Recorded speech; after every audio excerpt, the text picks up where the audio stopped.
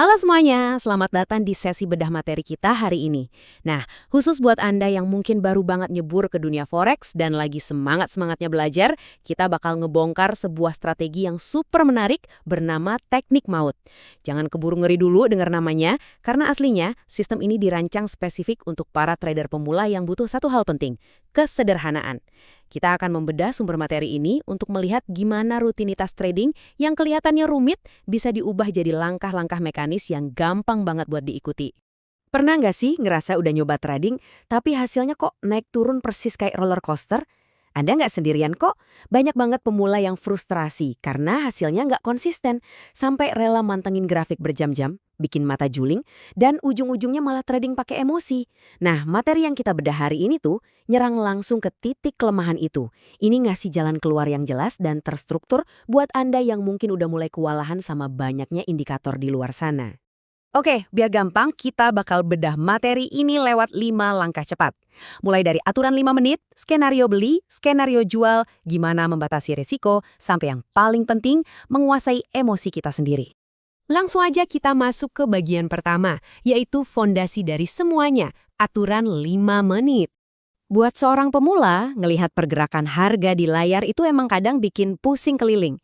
Makanya strategi ini menetapkan batas operasional yang bertumpu pada satu angka ajaib ini, angka 5. Angka ini bakal jadi patokan time frame Anda, jumlah candlestick yang harus ditunggu, sampai batas ketat untuk ngamanin modal Anda. Bener-bener jadi jangkar mental yang simple banget. Aturannya tuh ketat tapi simple.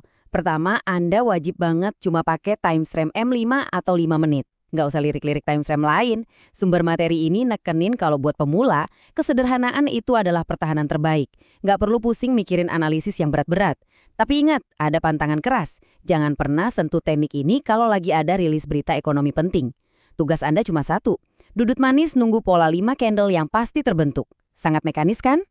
Terus, gimana cara nyari peluangnya? Kita masuk ke bagian kedua, setup buy, atau kapan kita harus pasang posisi beli. Coba perhatikan angka merah besar dari 1 sampai 5 di atas deretan candle tersebut. Ini adalah jangkar visual yang bakal ngebantu banget materi kita memetakan urutan ini sejelas mungkin supaya Anda nggak perlu lagi tebak-tebakan atau ragu kapan harus ngeklik tombol buy. Mari kita bedah checklistnya. Pertama, candle nomor 1 itu wajib bullish atau naik. Terus, candle 2, 3, dan 4 itu wajib berderet, bearish atau turun.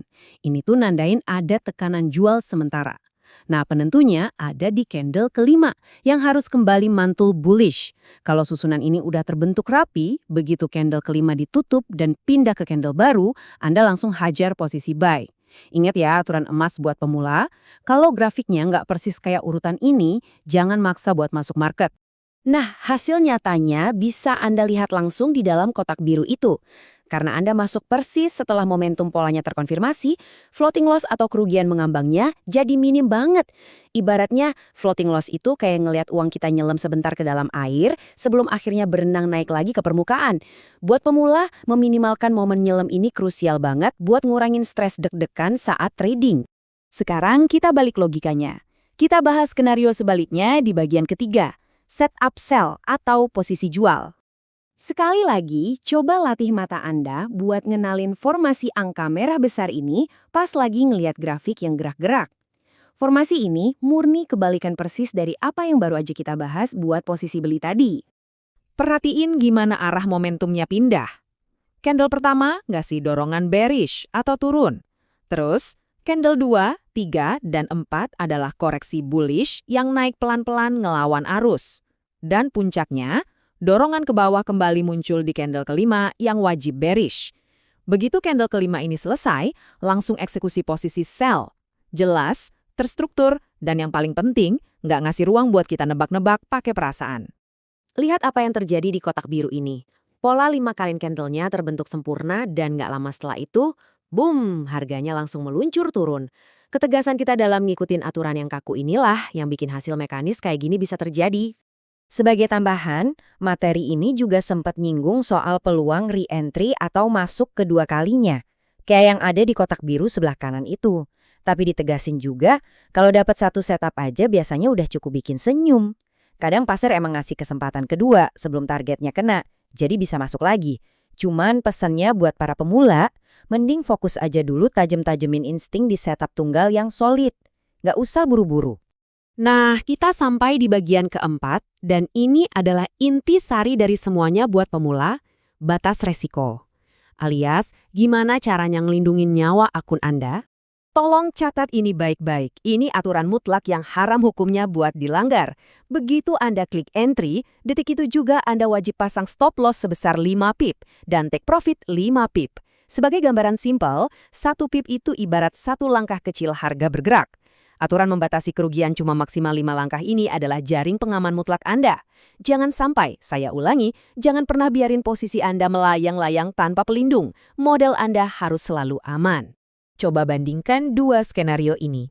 Disiplin pakai batas 5 pip itu nggak cuma ngamanin uang Anda dari kerugian besar, tapi juga mastiin Anda bisa bernafas dan bertahan lama di kali market forex yang kadang kejam.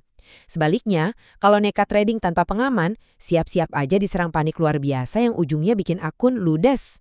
Oh iya, sumber kita juga ngasih catatan kecil, kalau selisih harga atau spread dari broker Anda lagi agak lebar, batasnya bisa disesuaikan maksimal jadi 10 pip. Tapi prinsip utamanya tetap sama, lindungi modal dengan batas yang ketat. Semua teknik dan batasan tadi nggak bakal ada artinya kalau kita melupakan bagian kelima ini, menguasai emosi. Kita udah bahas panjang lebar soal pola chart sampai cara ngelindungin duit. Sekarang, coba renungkan pertanyaan yang sedikit nampar realitas ini. Kenapa ya udah hafal di luar kepala pola 5 candle tadi, tahu persis di mana harus klik, tapi kok hasil di akun masih sering merah alias rugi? Materi ini seolah ngajak kita berhenti ngeliatin layar sebentar dan mulai ngelihat ke dalam pikiran kita sendiri. Ada satu kutipan yang dalam banget dari sini. Kawal mindset. Kawal emosi, kemudian baru kawal akun. Percuma aja punya kemampuan teknis setajam pisau kalau kontrol dirinya tumpul. Pikiran Anda itu yang nyetir emosi Anda. Dan emosi itulah yang nentuin seberapa disiplin Anda melindungi akun trading kesayangan Anda. Intisari dari materi ini jelas banget. Teknik maut atau teknik sehebat apapun di luar sana itu cuma sekedar alat bantu analisis. Kalau mau selamat dan untung di forex untuk jangka panjang, kuncinya ada pada gimana Anda menaklukkan diri sendiri, bukan seberapa cepat jari mengklik mouse. Makanya, trader pro itu habis-habisan memperbaiki mentalitas mereka dulu, sebelum gonta-ganti metode teknikal. Karena yaitu tadi, kestabilan emosilah yang bakal ngelahirin hasil yang konsisten. Dan itu bawa kita ke pertanyaan penutup buat bedah materi hari ini. Coba tanyakan ini ke diri sendiri saat Anda ngadep layar trading nanti. Pemahaman teknis udah di tangan, aturan pelindung modal yang krusial juga udah jelas. Sekarang bola ada di Anda. Apakah Anda bakal gampang kepancing emosi atau udah siap trading dengan disiplin sekeras batu layaknya seorang profesional? Terima kasih udah ngikutin sesi kali ini, semoga bermanfaat dan sampai jumpa di pembahasan seru berikutnya.